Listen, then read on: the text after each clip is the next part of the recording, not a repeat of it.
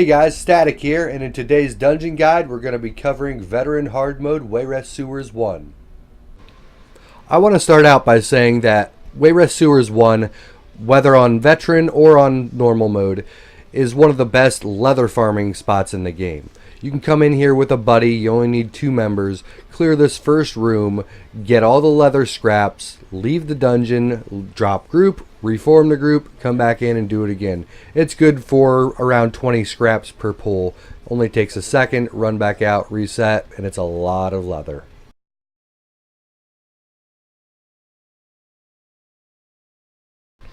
Slimecraw here is pretty straightforward. He just has like a conal knockback that he does a tail swipe with, like you'll see right here, and he just has regular attacks. So there's really not a whole lot going on here. Tank just holds him in place, you just burn him down.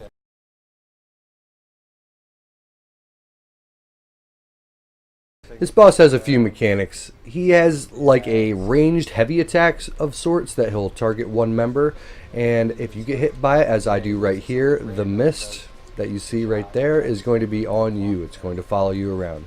It doesn't really hurt, but if you're in a lower group where your members are a little squishy, might be a problem. The next thing he does is he does a teleport, and he just teleports to a random part of the room, and he also puts out a bunch of adds, which are ranged ghosts that have freezing attacks that will kind of snare you in place and slow you down. So other than that, that's all there is to this boss. Just watch out for that mist if you get hit by the ranged attack, kill the adds, and follow him when he teleports.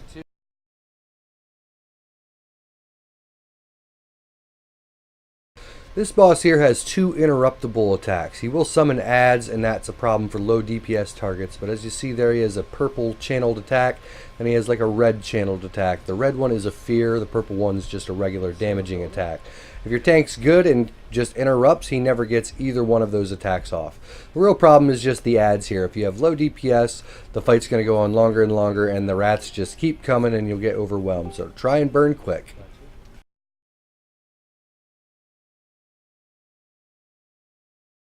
This boss has a few moves. An AoE spin move like that. He does a heavy attack, which the tank blocks right here. And the last thing is a fear that he does group wide. It is worth noting that if you stay at a pretty good distance on this boss, you won't get hit by that fear. So keep that in mind. If you don't want to get feared and you're a healer and you can heal at range, or if you can DPS at range, you can go ahead and do that. And if you're far enough away, you'll never get feared.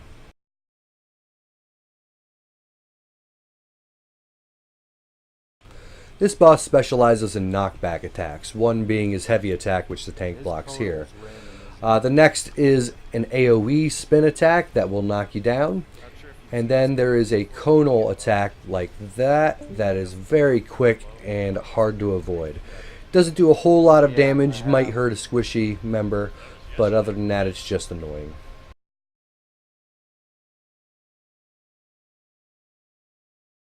This boss can actually be a handful on hard mode, which is activated by a scroll on the ground over to the right as you enter the cavern. She does an ambush attack, as you see I block right there. It will either be after her heavy attack or after a AoE spin attack, but she will be doing a random ambush behind a player. There are 2 parts to that attack. One is a direct damage attack, and then she applies a bleed as well.